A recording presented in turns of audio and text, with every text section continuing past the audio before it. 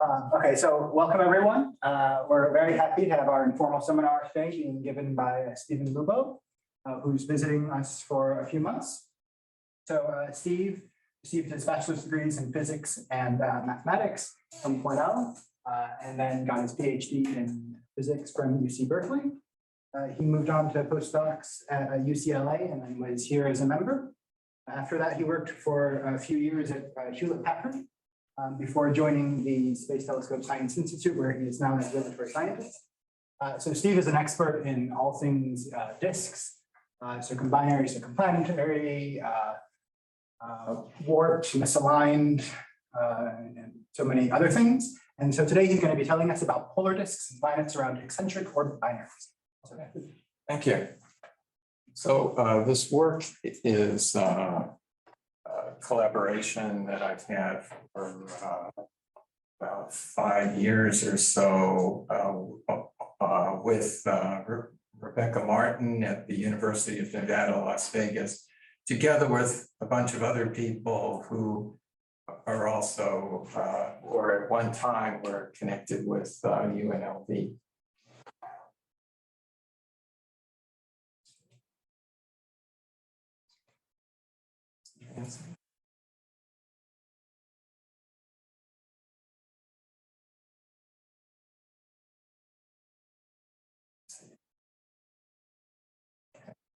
So the outline is that I'll be giving a background on binaries, disks, in particular tilted disks. And I'll discuss the theory and simulations of polar disks. I'll tell you what polar disks are. And then I'll finally discuss the application or possible application of these results to planets. So in a binary system, you can have up to 3 disks, one around each star, one around the entire binary. And the disks are separated by a tidal gap that is typically a few times the separation of the 2 stars. And what I'm talking about today is all about the circumbinary disk. There are also interesting misalignment issues for disks around the individual stars. And that was, for example, you can get Kozai-Litoff oscillations that I discussed at the Bacall lunch in that case, but I'm going to be focused here on the circumbinary disk. So the typical picture people have had for star formation, in particular single star formation, is that it results from a collapse of a slowly rotating cloud that has some angular momentum, and as a result, you form a central object together with an extended disk. And the simplest picture is that you have a single sense of rotation, and so you end up with the disk having the same spin angular momentum as a star, and everything is quite simple, but nature is not that simple. Here is an example of some ALMA observations of this system, IRS 43, that has 2 disks around the each star in the binary, and then there's a circumbinary disk, and none of these disks are aligned with each other. Okay, so these misalignments are not uncommon, and in particular, one very interesting case, the one that I'll spend some time talking about, is HD 98-800, which is a polar disk. So it's a disk in which the plane of the disk is perpendicular to the orbit plane of the binary, and the angular momentum vector of the disk is parallel to the eccentricity vector of the binary. Okay. How do we know the orientation in a binary? It's because we see the orbit? Or... Yes, the orbit is very well studied. It has a period of about a year. Yeah, it's very well known. And the eccentricity is 0.785. So there's been a study by Ian Chekla and collaborators about the alignment properties of planets, protostellar disks, and debris disks as a function of binary parameters. Okay. So what is found is that for binaries whose periods are less than about 50 days, everything is very coplanar for all of these cases. But beyond 50 days, things look very non-coplanar. And in fact, some of these cases, like this one here, there is an observational ambiguity where it could be either this inclination or that inclination. These cases with dotted lines. So there are these systems that are very well highly inclined. Now there is a correlation between inclination or misalignment and binary eccentricity. There is this correlation, and I will discuss a little more about why that should be the case. There's only one debris disk at large separation, binary separation. Is that an observational effect, or is that actually representative? It looks like there's 3 debris disks at lower periods, but only 1 at longer periods. Right. I don't know. I can't. Sorry.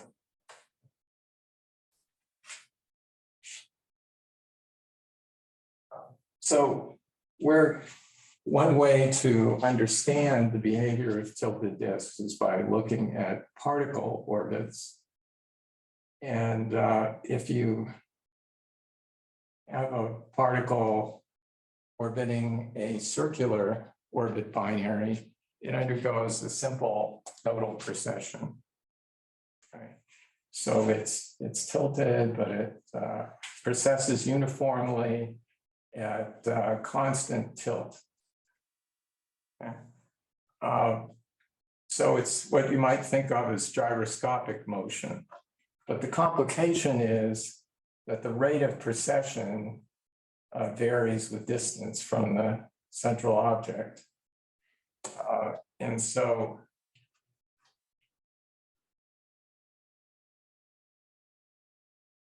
if you have a set of orbits that are initially lined up, you end up with a mess in a description based on particles. But disks can precess coherently. And the reason that this is possible is because of pressure effects, although self-gravity can also play a role.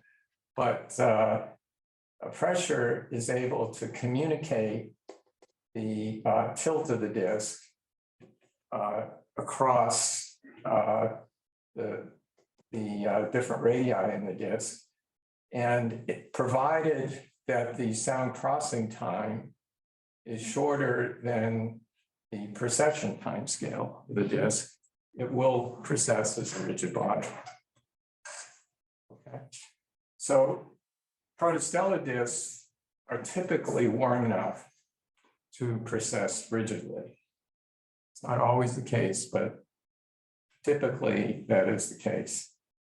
And so for a circular orbit binary, this is about, the disks typically evolve toward coplanarity with the orbital plane of the binary. Okay. And this is, there is an exception to this that I won't go into, that we found that there are some resonant effects that can sometimes make this coplanar state unstable, but otherwise the evolution is toward coplanarity. This can happen in the absence of viscosity. No, with viscosity. Yes. Does it mean that the debris it's difficult to have a coherent precession? Sorry, so my question is it difficult for the debris disk? The debris disk, yes. Well, debris disks don't have pressure. And They don't have pressure. Yeah. So a debris disk would turn into quite a mess, right? But there is actually a polar debris disk, okay, which probably started off as a pressurized disk that evolved to polar. And then the gas evaporated away. So it's happy to stay in polar state. But debris disks do have collisions. If the collision time is less than the precession time, can they precess uniformly? Well, people have simulated that and have just found that they self-destruct. I was going to ask what happens for an inviscid disk when you do have pressure. Yeah. What happens? Well, if you have pressure with an inviscid disk, it would take a very long time to evolve. Towards coplanarity? Yeah, towards coplanarity.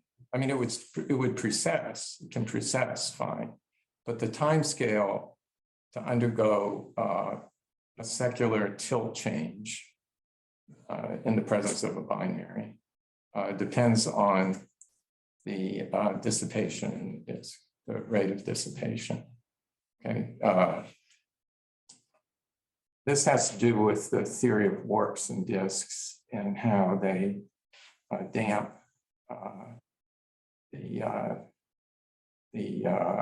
and lead to a torque. So in this context, warps are just transients that you get in the systems, or you can have a long sustained warp. Well, the warp is there as long as the disk is tilted and there's some level of pressure, but it's not exactly flat because the sound propagation time scale is not infinite. Sorry, it's not zero. Okay, so if you had perfect communication across, there would be no warp. But because there is a finite propagation going on, there is a warp in the disk. Is there any magnetic connection between the binary and the disk? Magnetic connection between the binary and the disk. Well, in these models, there are models, and then there are real systems. So in these models, there's this, we're talking now about circumbinary disks. They open a large gap, and closer in, you would expect stronger magnetic effects, but this far out, probably not so much. So, good questions.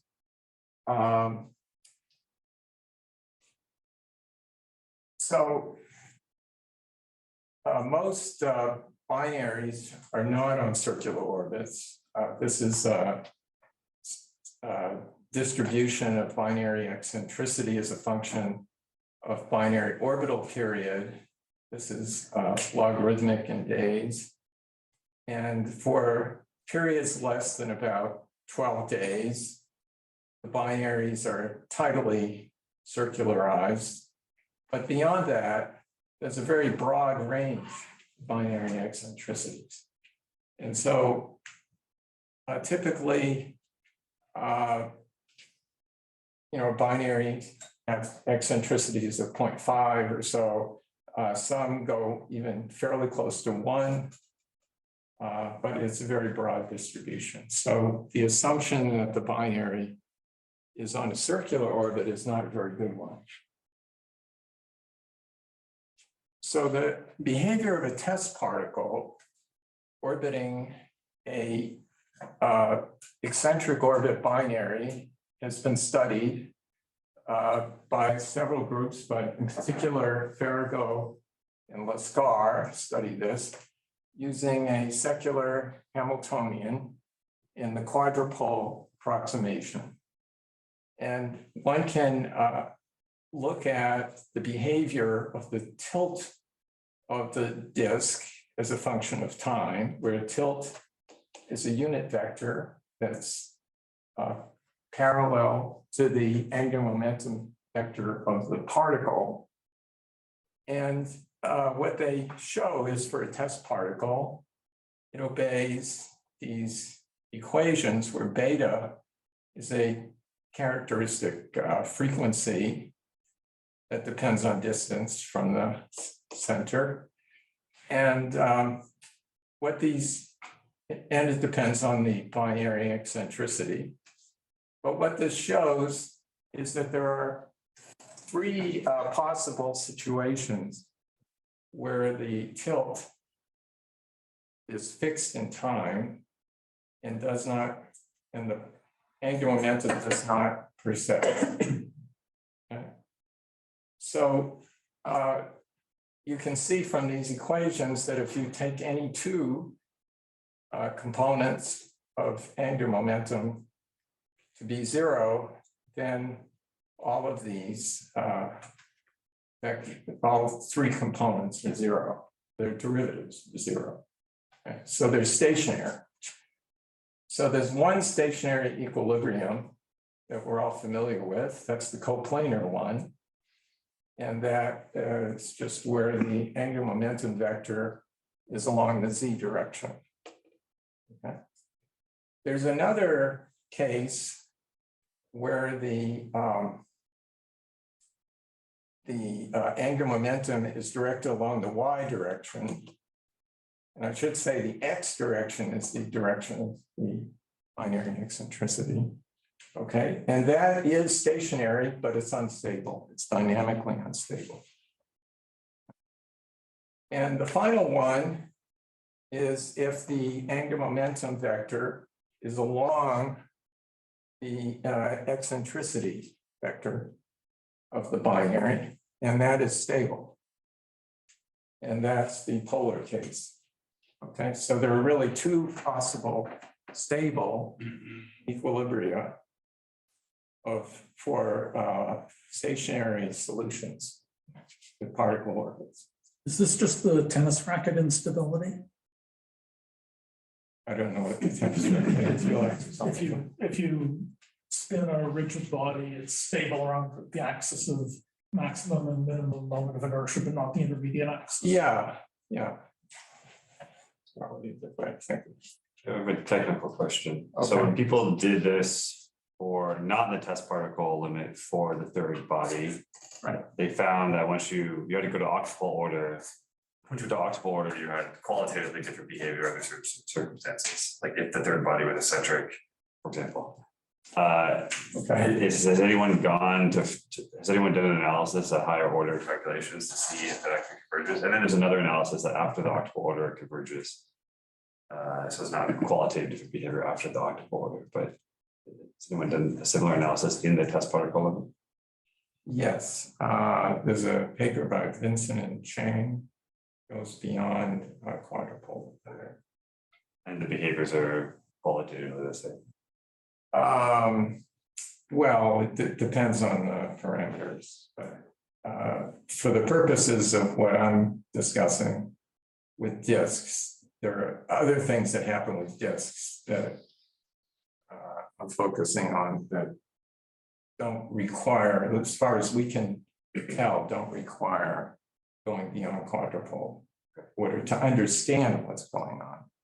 We can simulate it too, but to understand it, a lot of it can be understood at quadrupole. Just quickly, what happens to the unstable configuration as the eccentricity goes to zero?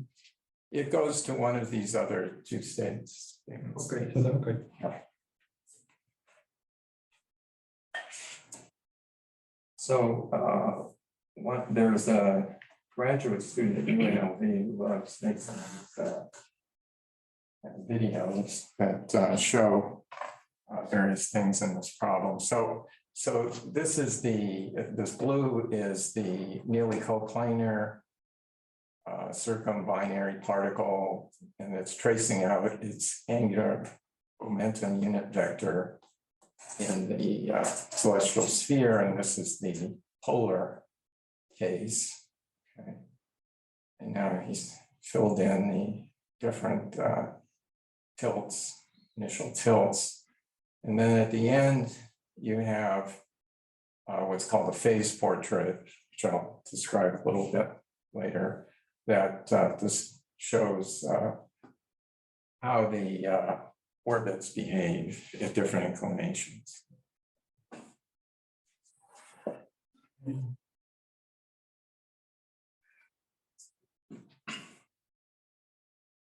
Okay. So what happens is that around eccentric orbit binary, around eccentric orbit binaries, if you start with a test particle that is nearly coplanar, then it precesses around the angular momentum vector of the binary, but not at constant tilt. It undergoes tilt oscillations because the secular potential is not axisymmetric. And it's elongated, in fact, triaxial. So all three axes are different. In the nearly polar case, there's a precession around the binary eccentricity vector. And it also undergoes tilt oscillations relative to the binary eccentricity vector. Again, because it's not the potential around the binary eccentricity vector is not axisymmetric. Unless the eccentricity is 1. So this shows a little bit more about this. So this plot I showed you earlier that Ian Rubago created can simply be understood as a representation of these orbits in polar coordinates. So this is plotting I sine phi, where phi is the phase angle, the nodal phase angle, versus I cosine phi. So the angle, the polar angle, is just the nodal longitude of ascending node. It's just a phase angle, and the length to a point on this graph is the magnitude of the inclination. Okay. So in this case, you see that near the coplanar state, where the inclinations are small, the circulation around the coplanar state, so it loops all the way around 360 degrees. Okay. But for these polar type orbits, they're what's called librating. They don't go, the phi angles don't range over 360 degrees typically. They range over some limited angle. Okay. So that's a libration. Now they do circulate around the polar direction. So you see, if you just took your reference point here, it loops all the way around there. And what happens is that at the center of this is a fixed point, non-evolving point. It's not looping, and that's the polar state. okay, 90 degrees. Okay. And so if you have a nearly coplanar system, you have the inclinations undergo oscillations of tilt, depending on the binary eccentricity. If the binary is circular, there are no tilt oscillations. But as it becomes more eccentric, they become stronger. Okay. Somewhat different thing happens to polar configurations, these types of things. And this is the variation of tilt relative to the polar direction. Okay. So if the eccentricity is 1, as I told you before, there's no change in tilt because relative to the polar direction, because there's an axisymmetric potential about, it's just a line, right? So you're just processing around a line potential. So that's axisymmetric. So there's no change in tilt. Okay. But for other eccentricities, the potential is not axisymmetric, and the tilt oscillations become stronger. So it's just the opposite of what happens in the coplanar case. So high eccentricity in the polar case means small tilt oscillations, whereas in the coplanar case, it's large tilt oscillations. Okay, so here are some phase portraits at different eccentricities of the binary. And you see that as the binary eccentricity increases, the phase space for these librating orbits that center on the polar state occupy more and more parameter space. Okay. So the typical coplanar type orbits occupy a small range of parameter space at high eccentricity. So if you started here, you'd librate all the way around center, 90 degrees, but it doesn't take much tilt to make that happen. Okay. So in particular, with an eccentricity of 0.8, you only need a tilt of 20 degrees. And will librate around the polar direction. Okay, so now I'll describe some simulations of polar disks. This is one we did back in 2017. And this is smooth particle hydrodynamics, which has some limitations, but yeah, it seems adequate to at least get the qualitative features of this right. So you start with a disk that's tilted and you end up with a disk that's nearly perpendicular. Okay, so if you think about how a particle behaves, the two different radii, okay, you see the inclination of the particle oscillates. And because it's a particle, there's no dissipation, so it's periodic oscillations. Okay, and it's librating. Okay, and the phase angle, the nodal phase angle, also oscillates within about 90 degrees polar phase angle. But for a disk, it's quite different, because for a disk, because there's radio communication, the inclination is correlated at two different radii, and there's hardly any difference in tilt because of the radio communication. And similarly for the nodal phase angle. So because of pressure communication, you can get a rigid rotation and evolution. And the evolution results in a damping of the tilt oscillations towards the polar orientation of 90 degrees. Okay, so it's like an oscillator that's damped and it converges with tilt of 90 degrees over direction. So Ian has done some simulations using Athena++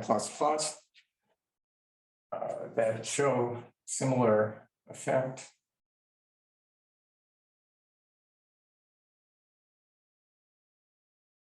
Okay. He likes to make these things very dramatic. So if you look at this, this shows the tilt in projection and it's the evolution. You see it goes very nicely to a polar. Again, this is with viscosity. Yes, with an alpha. And if you had an inviscid disk, it would take a very long time to see this evolution. The evolution depends on how much viscosity you have. So there's some kind of dissipation. I don't think it depends so much on it being an alpha viscosity, but some kind of dissipation is required. but for a planetary disk case, of course, that's still uncertain. Right, that's right. Whether there is any. Right. Yeah. Here is a case where. Here, do we treat binaries as a like constant eccentricity, or they actually the eccentricity binary also oscillate like? Well, the disk in this case is very low mass, so the binary eccentricity remains constant for these simulations. Okay, so here is a case where you have a disk that breaks because the radial communication isn't good enough, and in fact, if you had a very extended disk, you probably wouldn't be able to have enough radial communication. And so the disk breaks, but the inner piece tends to go to polar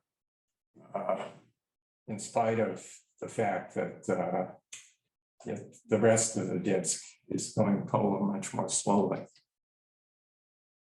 What determines where it breaks? Depends on the where the sound processing time becomes comparable to the precession time. It's Aurora. Yeah, well, and the precession times, yeah. So after it breaks, the outer part will become messy, right? Yeah, well, the outer part we think will eventually become polar also, but on a much longer time scale. But yeah, what happens here, we're also looking to see if it might break again, which is another possibility. And there are a lot of unknown things that happen here. Like this disk is going to expand. This gap here is going to shrink. And there'll be some interaction between these things. We don't. And it only break into two pieces, or can be more. In principle, it can be more. We haven't seen that yet, but in principle, it should be more. Okay, so now the question is, why does it go to polar? Right. So does that make sense? Intuitively, you think it doesn't make sense, but for various reasons. But one way to think of why it goes to polar is to look at how the tilt evolves on a phase portrait. So here is phase portrait for a particle, test particle, and here it is for the disk. And you see it spirals in. So if you imagine superimposing this plot on that one, the disk is basically trapped in the vibrating region and spirals into this fixed point. Okay, so that's one way to think of it. Is it? It looks like it's not. It looks like it's off center at the bottom. Yeah, it is a little bit off. It's not starting to act exactly to the fixed point. Well, there are a couple of things going on here. One is that the disk mass is not exactly zero. And, you know, as I'll show, that makes some difference as well. So another way to think of this is in terms of energetics. And one's intuition is that polar disks are impossible because you think that things would like to go to coplanarity because that's where the potential is minimum, right? If you tilt a disk, you're moving away from the midplane of the binary. And in fact, at fixed radius, took a ring, and at fixed radius, the polar configuration is maximum energy, not minimum energy, maximum energy. It's not a local minimum, it's a maximum. So the question is, how is that possible? So this is something that people have thought about also in the context of planetary rings. And they came up with an interesting argument about how this is possible. So remember I told you that the potential, here's a way of thinking of an equal potential. It's for an eccentric binary, it's generally triaxial, so it's not axisymmetric in this plane, but suppose it is. Okay. Suppose you pretend that it's an axisymmetric potential. So if you say that, then the vertical component of angular momentum is conserved for this ring. Okay. That's initially tilted. Okay. But in order for it to evolve to a polar state, which is this blue circle, it has to contract in order to conserve angular momentum. And that contraction leads to a lower energy state. So that's an argument they make. So if you drop the assumption that it's constant orbital radius, you can get a lower energy state by going to a polar configuration. But the system wants to shrink. Okay. Now, there's another way to do this, which is to actually solve the bending wave equations with pressure and viscosity. And there are these equations that govern the tilt of the disk at different radii. That's L as a function of radius and time. And there's this is just the rate of change of angular momentum. This is a flux carried by the pressure wave, bending wave. And this is the torque provided by this secular potential. And if you apply this to a nearly polar disk, you find that it does evolve to polar, even if it starts away from polar, and that the time scale for evolution is in good agreement with the simulations. Okay, so as I mentioned before, the evolution is more likely at high binary eccentricity, and if the binary eccentricity is 0.8, you only need a tilt of 20 degrees to go to polar change. Just to make sure that then the alpha omega can go back to Yes. the alpha omega G, that alpha is the alpha that I think it is. Yes. That's what the viscosity is. Yes. Yes. That's right. So the tilt decay rate goes like alpha over h of r squared in this model. So here is a numerical result. Well, it's using a profile, density profile from the simulation. Now this evolves over time, but you just took a snapshot of time. And this is what you get from linear mode theory if you change the inner radius artificially of this disk and do series of calculations. This is the full disk. And you see that the precession rate agrees almost exactly with linear theory prediction. The decay rate of the mode is about 30% slower than the simulation, but that isn't too surprising because the bend in the disk is not linear close to the perturber. And so the linear assumption, the linear wave assumption likely breaks down, but it still works pretty well given that it's linear theory. Shouldn't you be able to tune some of the parameters of the problem to make sure that that mismatch is minimized?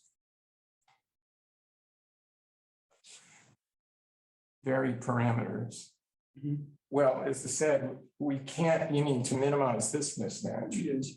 Well, it's a linear theory. There are no free parameters in this. We know what alpha is. You know, I'm comparing simulation with linear theory. Mhm. Okay, all the parameters are known. To correct it, you need to go beyond linear theory.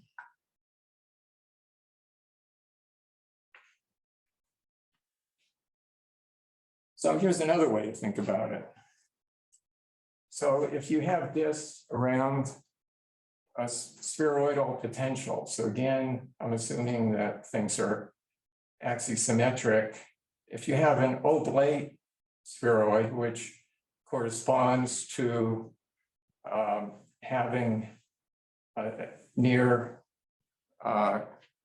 low inclination system, the potential is highest near the midplane. So this is like the equal potential you get from a nearly coplanar configuration. Okay, you get a retrograde nodal precession. Oh, okay. If it's prolate, you get prograde precession. Okay. So these two act in some sense, one is the time reverse of the other. Okay. But that's not true at next order, which governs the tilt evolution. At next order, it depends quadratically on the precession rate. And so the tilt is the decay rate is always such that it does decay toward this plane of symmetry. Okay, whether it's prolate, whether it's oblate or prolate, this being like the polar potential, and this being like the coplanar potential. Okay. So I have to go speed up a bit. There are some interesting effects that can happen with these high eccentricity systems. In a polar disk, at high eccentricity, the potential provided by the binary is nearly axisymmetric with respect to the plane of the disk, which is just the opposite of what happens in the coplanar case. Okay, and so as a result, there's actually a fairly small torque, a Lindblad torque, exerted on the disk. In fact, one can show that it falls off as something like 1 minus the binary eccentricity to a certain power. And you typically get this, you think of this as torque per unit mass on the disk. In the polar case, it drops off fairly fast for one component of the potential to 0 at high eccentricity. So the observations actually show that the disk inner edge in this HD 98800 system is very small. And it's consistent with the polar orientation, but not coplanar. So, okay, so bunch of other issues I'll quickly go through. If you have a massive outer object, it's the polar orientation, which is the stationary orientation in the frame that's co-moving with the binary, is no longer, that angle is no longer 90 degrees. It becomes less than 90. And we see that in simulations. Here is the tilt of the disk relative to the binary, and you see it's no longer oscillating near 90, and the angular momentum of the disk is high. It's going down. So there are GR effects to worry about. What can happen is that if the test particle is, or disk is far enough away from the central binary, then what can happen is that the libration region goes away due to GR effects. So it's analogous to what happens with Kozai-Litoff. You know, with Kozai-Litoff, if you're close enough to the central star, you can detune the resonance associated with Kozai-Litoff so that you don't get eccentricity oscillations anymore. There's something similar that happens here. So if there's a critical radius, but it's different. If you're outside this radius, then due to GR effects, these polar configurations don't exist. And so here's an example showing a case where there are different radii for the orbit of the outer particle. You can see as you increase the radius, you reach a point where there's no vibrating region. And at that point, there's no polar configuration possible. In the case of HD 98800, it turns out that this is about 80 times the binary separation, which is much bigger than the size of the disk. So that's really not a problem. But for supermassive black hole systems, binary supermassive black holes, it is a problem. And it could limit its applicability to such cases. So taking a separation of 100th of a parsec in a binary, having 10 to the 9th solar masses, the critical radius is only twice the binary semi-major axis. So it could be a problem, but I have time to talk about this, but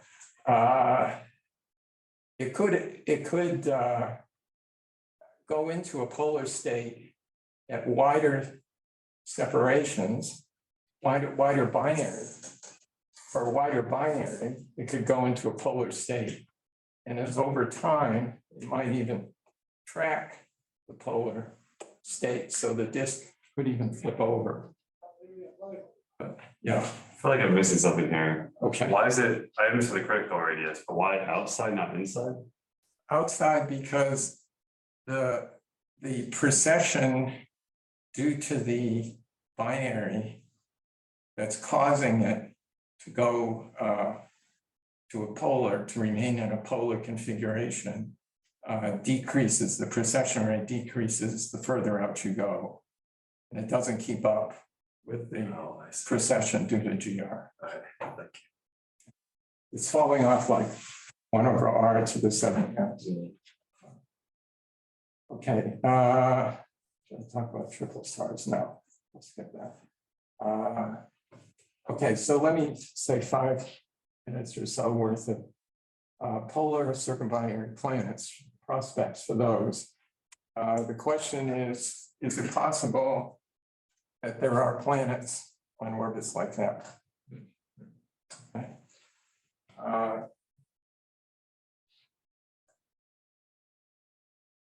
Okay.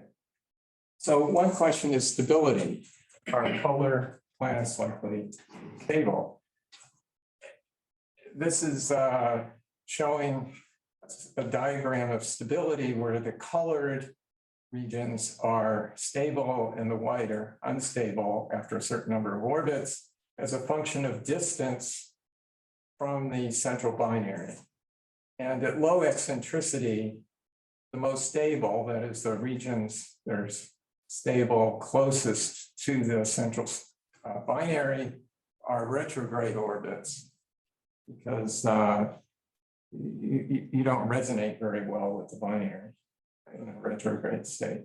Okay. But what happens is that at high binary eccentricities, the polar orbits are actually the most stable. Okay, and one reason for that could be that the polar planet feels the nearly axisymmetric potential of the binary, high binary eccentricity. Okay, let's skip that. Yeah, one thing we've been looking at is what happens if you have two planets. They're initially aligned with each other, formed in a disk, and then they're allowed to evolve around an eccentric binary. And if you just consider the case, not of a binary, but as a single star, as a function of inclination, there is no dependence on inclination, okay? The white and colored are unstable. Blue is stable. You see, we're pretty far away from the central binary, unlike this previous figure where we were close. See, we're way out here, past it. So what happens is that there are some curious instability islands that develop that we're trying to understand. We think due to the interaction of these tilted orbits that are interacting gravitationally with each other. And you can see it's totally different from the single star case. Just thing we're doing. Okay, so can you detect polar planets? How would you detect polar planets? Okay, it's very difficult to detect coplanar planets. I mean, that's been a big challenge. There are there are about a dozen that have been found. And their problem with finding them is that even if everything is coplanar, the transits can be non-periodic because they rely on the overlap, along the line of sight of the planet and the stars are moving around.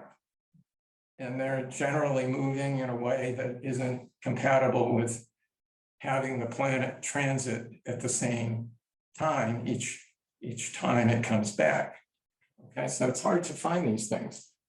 But one possibility for finding polar planets that is being explored and is to look at transit timing variations of the binary. So the binary is affected gravitationally by the presence of the planet, and it looks possible to distinguish coplanar from polar configurations by looking at transit timing variations. Okay, so there is no hope with the other method with radial velocity. There is no hope to do this in another way. I don't think so. Maybe, I don't know.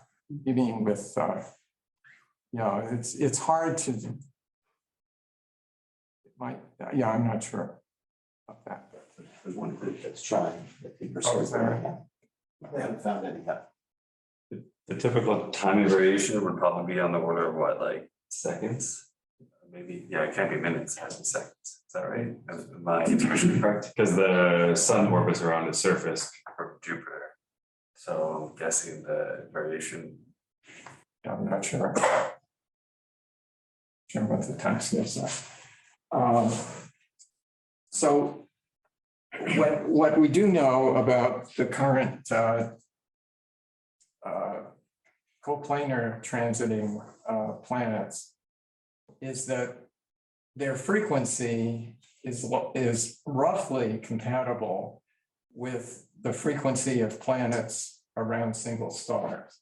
Okay. Now, obviously, in making that statement, there are huge selection effects, biases that have been taken into account. So there's considerable uncertainty in that statement. But roughly speaking, you can't have, for example, a uniform inclination of planets, okay, because it would be way too many. Okay, so if the transiting planets we're seeing are, part of a population that is uniformly populated around all angles, it would be huge numbers of planets, and that can probably be reliably ruled out. Okay, but it still is possible that there could be a polar population, that there could be a population maybe comparable to maybe a third of the population of the coplanar planets that are out there but have not been detected. So why is that possible? Well, if you look at the Kepler planets, you see that almost all of them have were detected around binaries, fairly short orbit periods. Okay, this is a selection effect. Okay. It's easier to find planets around shorter period binaries, and because of that, the binary eccentricities are fairly low. Okay, because of tidal effects. But if you go into longer period systems, all these Kepler ones are in here where population of eccentricities is low. If you went to higher eccentricities, where the disks are more likely to go polar, then you find, in fact, two polar planets are plotted here. Outside this Kepler box, and there may be more. Okay, disks, these are disks. But these disks, if they had planets, they would be on polar orbit.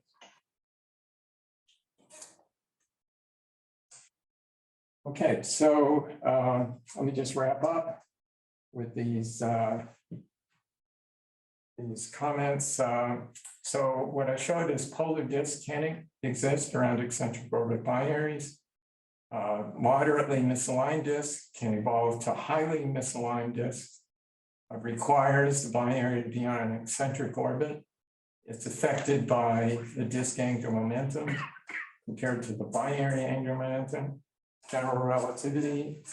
I didn't get to talk about the triple systems, but it's also affected by the presence of a third star. And I also mentioned that polar planets are also a possibility that could arise from the formation within a polar disk. Okay, so I think it's just noon time.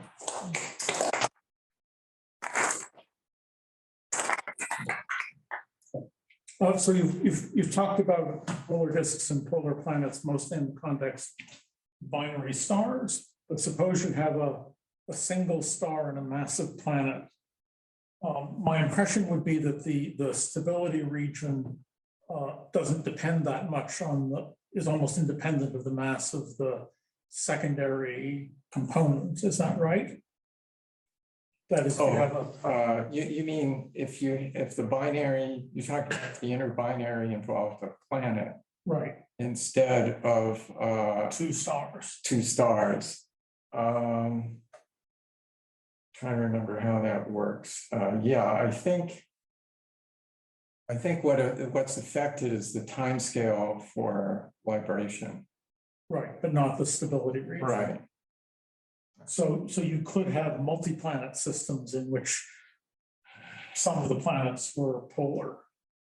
Well, that's the maybe, but I mean, that's part of what I didn't get a chance to talk about. If you have, let's say, a triple star system, okay, if you now think of 3 objects, okay, if I mean, you could have, if you want to have a polar disk, say, orbiting 3 objects instead of 2, okay, in order to get the 4th object to be polar, okay, that turns out to be hard. Okay, but if I just have a system of a star and Jupiter, Right. can I have a test particle in a stable orbit? Yes. Okay. And are there any stable orbits like that in the solar system?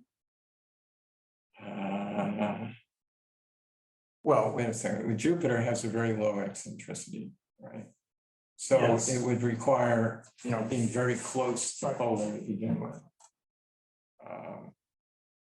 I don't know the answer to that. Are there classes of asteroids that are this? Unless I misunderstood the question. Aren't there classes of asteroids that are exactly this? Polar? I don't think there were any polar. There are. Of course, is nobody looks. Right, you always look in the ecliptic for everything.